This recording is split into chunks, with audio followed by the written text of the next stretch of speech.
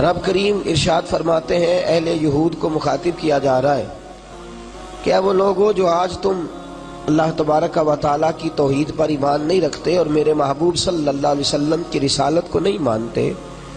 اللہ فرماتے ہم کنتم شہداء، کیا تمہارے بڑے تم اس وقت موجود نہیں تھے؟ اذ حضر یعقوب الموت، جب حضرت یعقوب کے پاس موت حاضر ہوئی تھی۔ حضرت یعقوب کے پاس موت ان پر آئی نہیں تھی۔ اذا حاضرہ کے لفظ ہے قرآن مجید میں، جب ان کے لیے موت حاضر ہوئی تھی۔ اذ قال لبنیہ، تو انہوں نے کہا اپنے بچوں سے، کس وقت؟ جب عین موت ان پر حاضر ہو رہی ہے، موت ان کی خدمت میں پہنچ رہی ہے، تو وہ اپنے بچوں کو بلا کر کے اکٹھا کر کے ایک فکر ہے ان کے دل کے اندر، ایک سوچ ہے، ایک تفکر ہے، ایک خاص بات ہے جو اپنی اولاد سے کرنے جا رہے ہیں۔ جب موت حاضر ہوئی تو کیا قرآن مجید کہتا ہے اذ قال لبنیہ، انہوں نے کہا اپنے بچوں سے، ذرا قرآن مجید کے جملے پر غور فرمائیے گا، انہوں نے اپنے بچوں سے کہا، بچے بلا لیے، کھڑے کر لیے اور اپنے بچوں سے ایک فکر کی بات کی، نہ مال کی، نہ دولت کی، نہ شادی کی، نہ گھر بار کی، نہ جائیداد کی، نہ یہ کہا کہ پیچھے فلاں فلاں کا خیال رکھنا۔ کیا قرآن مجید نے کیا انداز سکھایا ہے اولاد کی فکر کا؟ اپنے بچوں کو کھڑا کر کے پوچھتے ہیں ما تعبدون من بعدی، مجھے بتاؤ میرے بعد عبادت کس کی کرو گے؟ مجھے بتاؤ میرے بعد عبادت، کہیں تم بہک تو نہیں جاؤ گے؟ کہیں دین سے بدل تو نہیں جاؤ گے؟ کہیں تمہارے افکار و نظریات کے اندر کوئی تبدیلی تو نہیں آ جائے گی؟ بچوں بتلاؤ میرے بعد کس عقیدے پر رہو گے، کس نظریے پر رہو گے؟ تمہاری سوچ کیا ہوگی؟ تمہارا سوچنے کا معیار کیا ہوگا؟ ما تعبدون من بعدی، مجھے بتلاؤ میرے بعد تم کس کے آگے جھکو گے؟ تم کس سے پیار کرو گے؟ کون تمہارا معبود ہوگا؟ کس کو تم اپنا سب کچھ جانو گے؟ قالو، تو بچوں نے بھی جواب بڑا اعلیٰ دیا، کہنے لگے قالو نعبد الہک، ہم عبادت کریں گے اس کی جو آپ کا معبود ہے۔ کس کی عبادت کریں گے؟ بڑا خوبصورت جواب ہے، یہ نہیں کہا کہ اللہ کی عبادت کریں گے، کس کی عبادت کریں گے؟ ہم وہ والا عقیدہ نہیں رکھیں گے کہ ہمیں ڈائریکٹ پتہ چل گیا ہے کہ اللہ کون ہے، ہم اس رب کی عبادت کریں گے جس کی پہچان اس کے نبی کرایا کرتے ہیں۔ نعبد الہک، اے یعقوب علیہ السلام، اے ہمارے والد گرامی، اے ہمارے عزیز ابا جان، ہم آپ کے معبود کی عبادت کریں گے، ہم آپ کے معبود کی عبادت کریں گے جس کی عبادت کرنے کا آپ نے ہمیں طریقہ سمجھایا، جس کی بارگاہ تک آپ ہمیں لے کر کے گئے ہیں۔ اور فرمایا وَإِلَٰهَكَ آبَائِكَ، اور وہ صرف آپ کا ہی رب نہیں، آپ کے آباء و اجداد کا رب بھی وہی ہے۔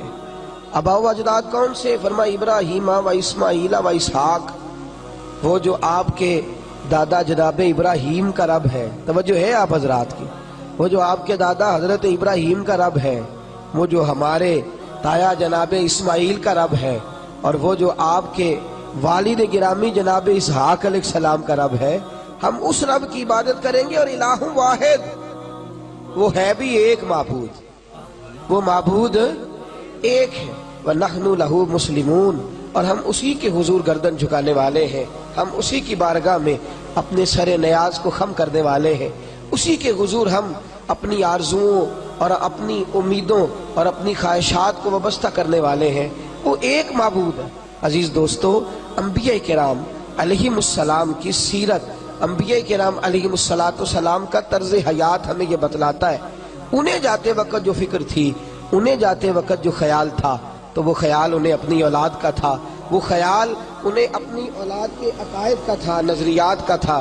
میں اور آپ بڑی ہمت کر کے اگر کبھی اولاد کی فکر کرتے بھی ہیں تو روزی روٹی کی فکر کرتے، حالانکہ اس کا وعدہ تو رب کریم نے پہلے ہی فرما لیا ہے، اس کا وعدہ اللہ پاک نے پہلے ہی فرما۔ اولاد کی فکر کریں، سوچ پیدا کریں کہ بچوں کے نظریات تو نہیں پھٹک جائیں گے، بچوں کے افکار میں تبدیلی تو نہیں آ جائے گی۔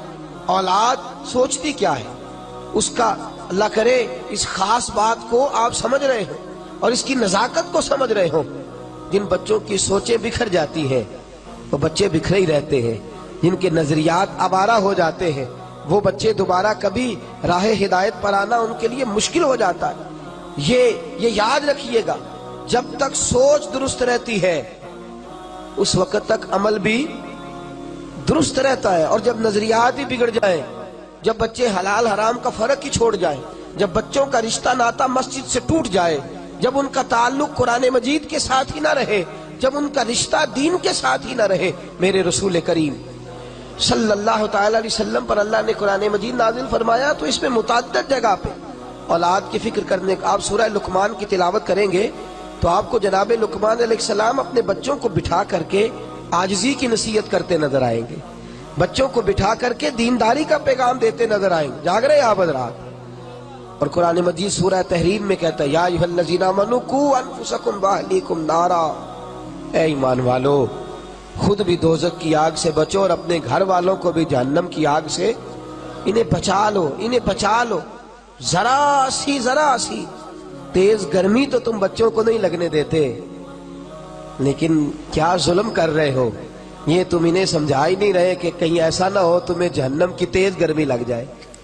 دنیا کی تھوڑی سی گرمی میں بچہ نکلا ہے تو پریشان ہے، لیکن یہ نہیں سوچ پا رہے ہم کہ وہ زمانے کی تیز آندھیوں کے سپرد ہو گیا ہے، تیز آندھیوں کے سپرد۔ وہ ایسے کام کرنے لگا ہے جہاں سے ذرا سر جہنم کٹھی ہوگی، وہ ایسے اعمال کے اندر مبتلا ہو گیا ہے کہ دوزخ کا ایندھن اپنے لیے جمع کر رہا ہے، لیکن وہاں ہماری سوچ بالکل خاموش ہو جاتی ہے، وہاں ہم بالکل خاموش ہو جاتے ہیں۔ میرے رسول کریم صلی اللہ علیہ وسلم نے قرآن مجید کی روشنی کے اندر امت کو پیغام دیا، کہا خود بھی بچنا ہے دوزخ کی آگ سے اور گھر والوں کو بھی، بولیے گھر والوں کو بھی، سارے بولیے گھر والوں کو بھی، خود بھی بچنا ہے گھر والوں کو بھی۔ حضرت عمر فاروق رضی اللہ تعالیٰ عنہ عرض کرنے لگے حضور خود بچنا تو سمجھ میں آیا ہے، گھر والوں کو کیسے بچائے؟ تو لفظ سنیے گا، رسول پاک صلی اللہ علیہ وسلم نے فرمایا جن چیزوں کا اللہ تمہیں حکم دیتا ہے تم اپنے گھر والوں کو ان چیزوں کا حکم دو۔ کیا کرو؟